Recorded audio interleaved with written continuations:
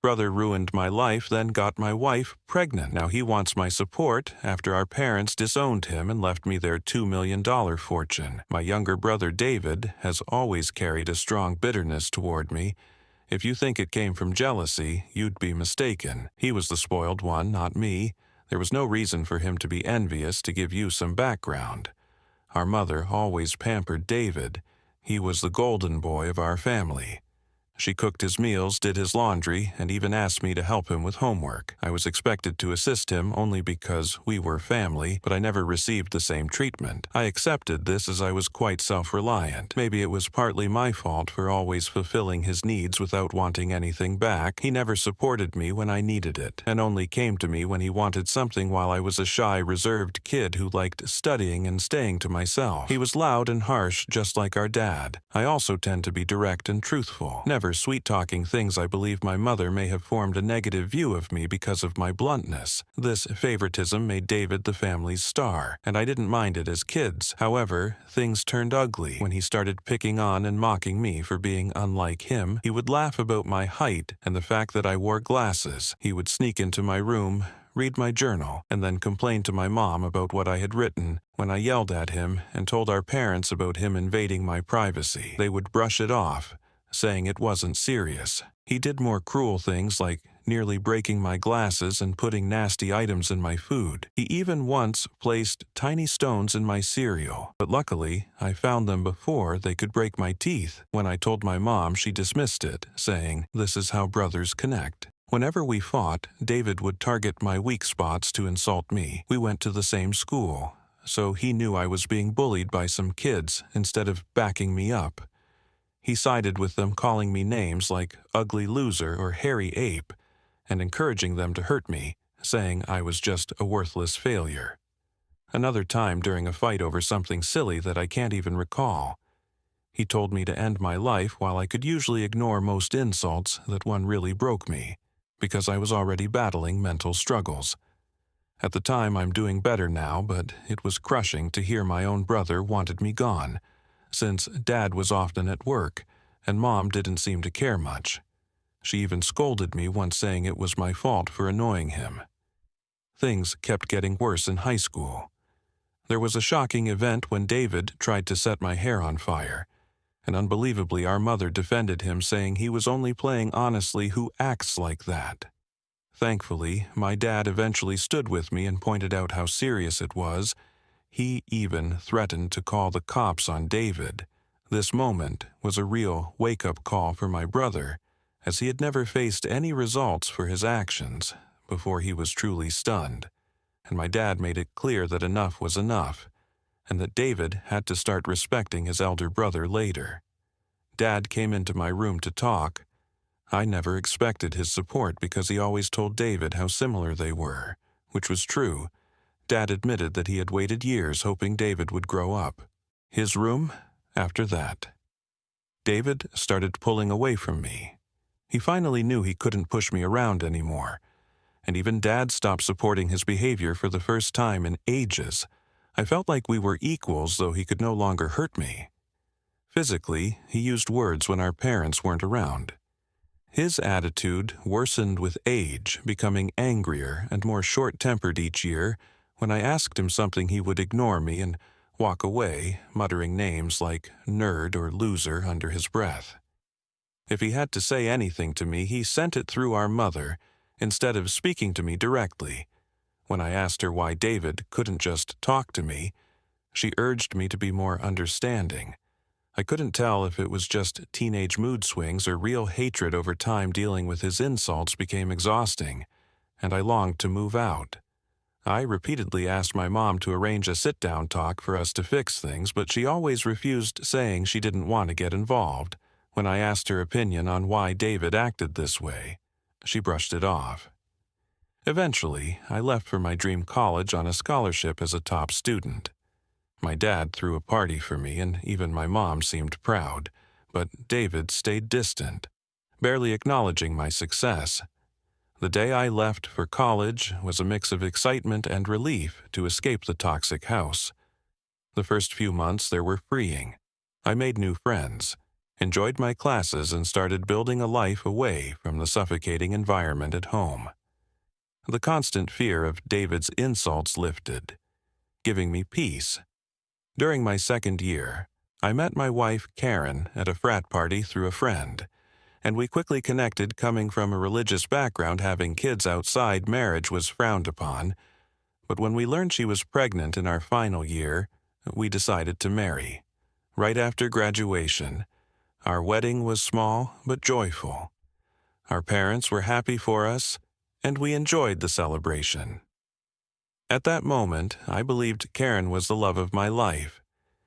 I had always wanted a loyal relationship, one woman to share my life with. Despite other women showing interest over the years, I never chased anything. Because I was truly happy in my marriage, Karen was my dream girl, and I never wanted to hurt her. But I later found out about 2 affairs in our marriage. One was an on and off fling with her married coworker that lasted several years, and the other was a brief hookup with an ex-boyfriend during a visit to her family. Some might say I was naive, and looking back I can't deny it. Each time we split for a while, I chose to forgive her. I didn't want to raise our child in a broken home, and believed we could get through it. The affair with her coworker happened when we were young, and I blamed it on poor judgment. For a time things seemed better, though I could never fully trust her again. I did my best to put doubts aside, knowing that if I forgave, I had to genuinely try for a fresh start. It's been 4 years since her second betrayal, and I felt secure in my choice to give her another chance. Karen seemed changed, and we were happy planning our future. But 3 months ago, my world collapsed again when she revealed she had been having a long affair and said our son might not be mine. Her words hit me like a ton of bricks. Shock and disbelief crushed me. I struggled to process her confession in a daze. I asked why she had hidden such a big secret and how she could do something so cruel. Her response was cold and distant, as if she didn't care. Her vague answers left me with more questions. It was a painful moment facing broken trust and doubt about my own family. I kept pressing Karen for the truth, because I felt I deserved to know the father of the child I had raised since birth. Finally, she admitted it was David. My eyes widened as I asked Karen what she meant.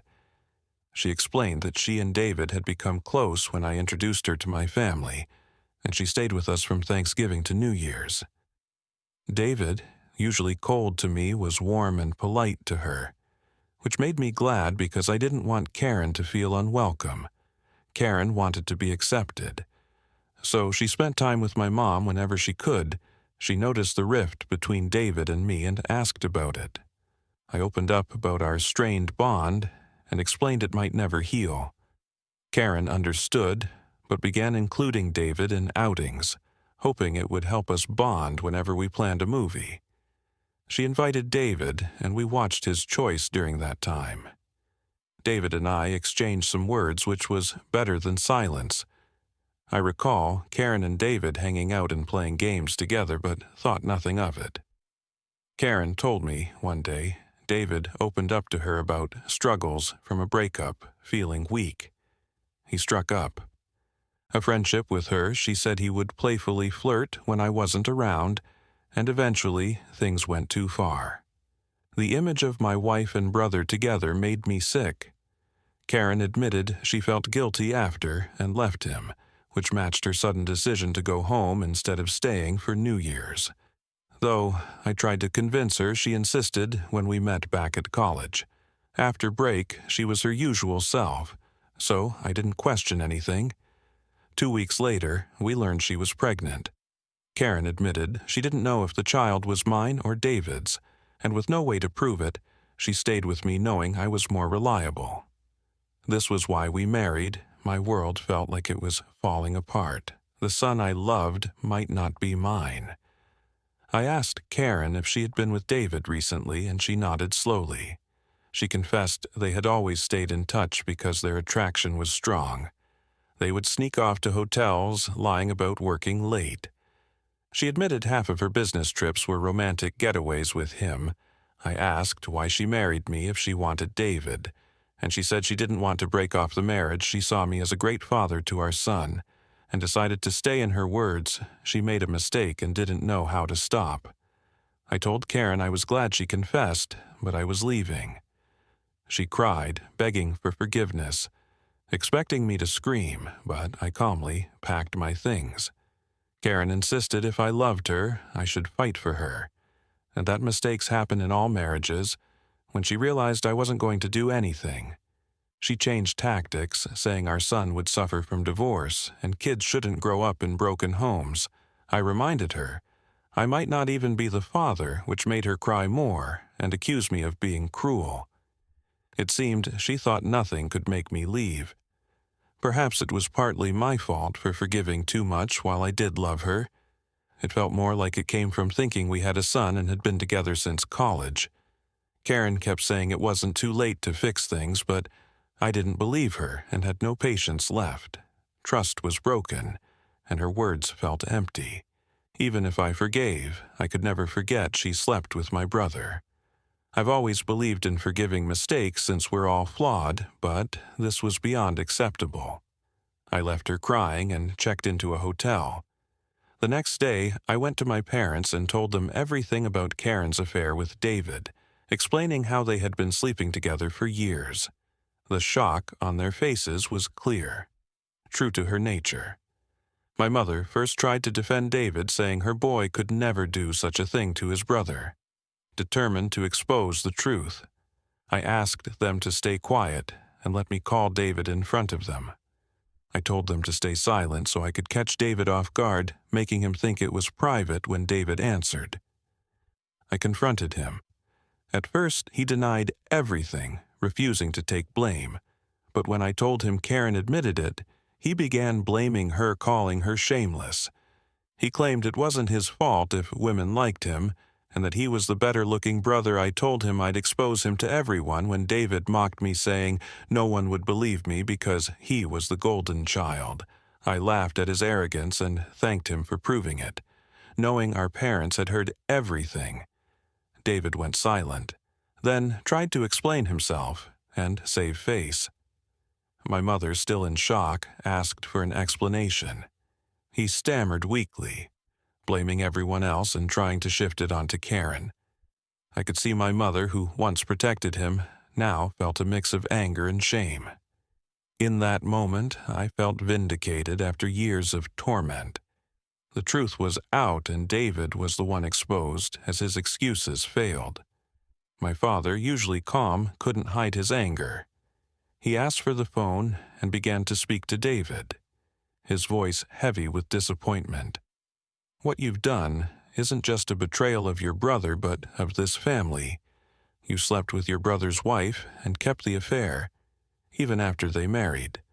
Your actions have serious results and have broken the trust we had in you. I raised both of you to value family and decency. What you've shown today goes against everything I taught. He paused, letting the words sink in. Your disregard for your brother's feelings and the lack of respect for his marriage are shameful. You've not only hurt him, but torn apart the bonds of this family. Your mother and I are partly to blame for how you turned out, but we won't allow it anymore. From today, you're cut off from the college fund I set aside. You'll have to pay your own way. I'll also stop paying for your lifestyle. Do you think it makes you more of a man to sleep with married women?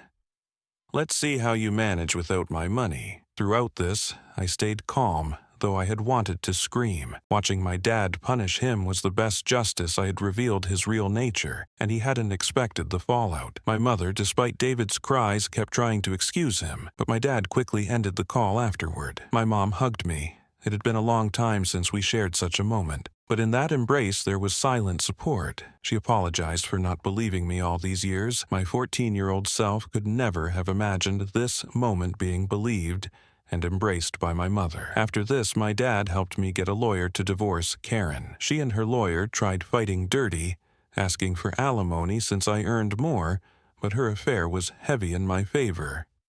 We also did a DNA test, and it confirmed David was the father of the child. The news was more painful than learning of Karen's cheating. I was furious that the boy I had loved wasn't mine. I decided to stay strong. Karen begged me to keep seeing my son, saying he shouldn't suffer, but I couldn't bear it. He reminded me too much of David, and I hated it after my divorce. I felt a sense of freedom as I moved into my own apartment. It felt unreal to live alone since I married young and never had independence, but my natural self-reliance helped me adapt, and I enjoyed it. 2 weeks ago, my dad called to say he was changing his will because he didn't want to leave anything to David. My dad is very stubborn, and once he cut David off, he stuck to it. David tried reaching out to our parents and even showed up at their house begging, but they refused to let him in. Even my mother, who usually gave in, seemed done with him, though it was hardest for her.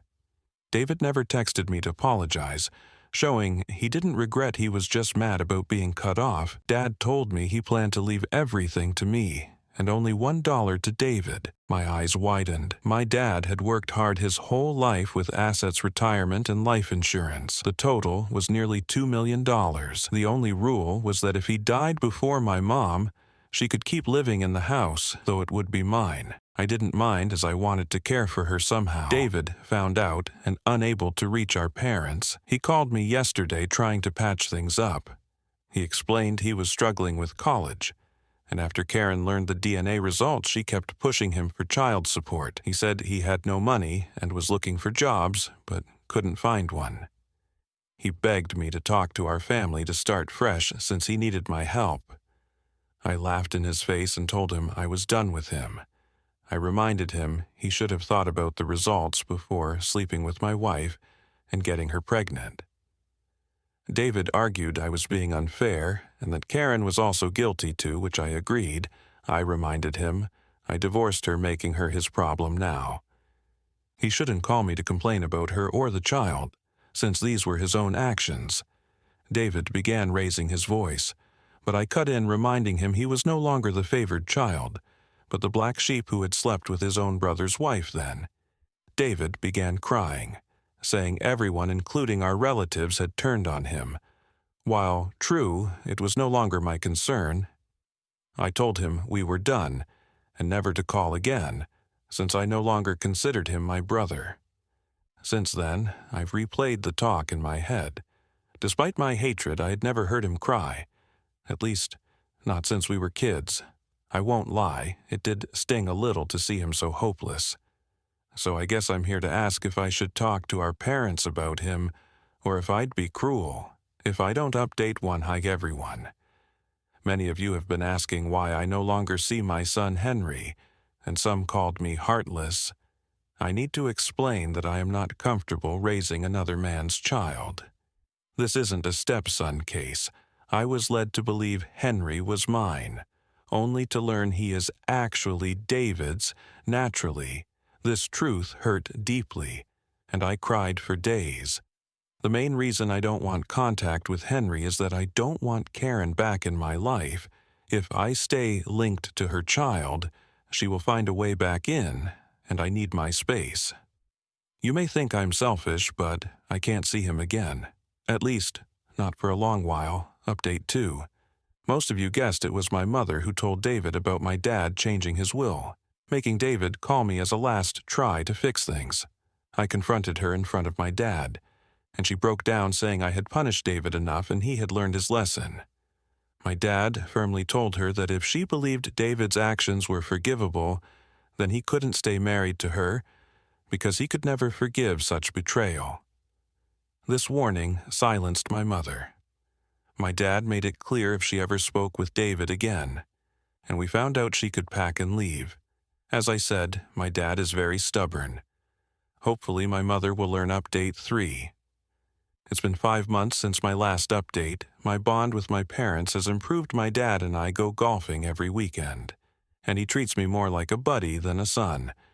Though my mother misses David, she has stayed away.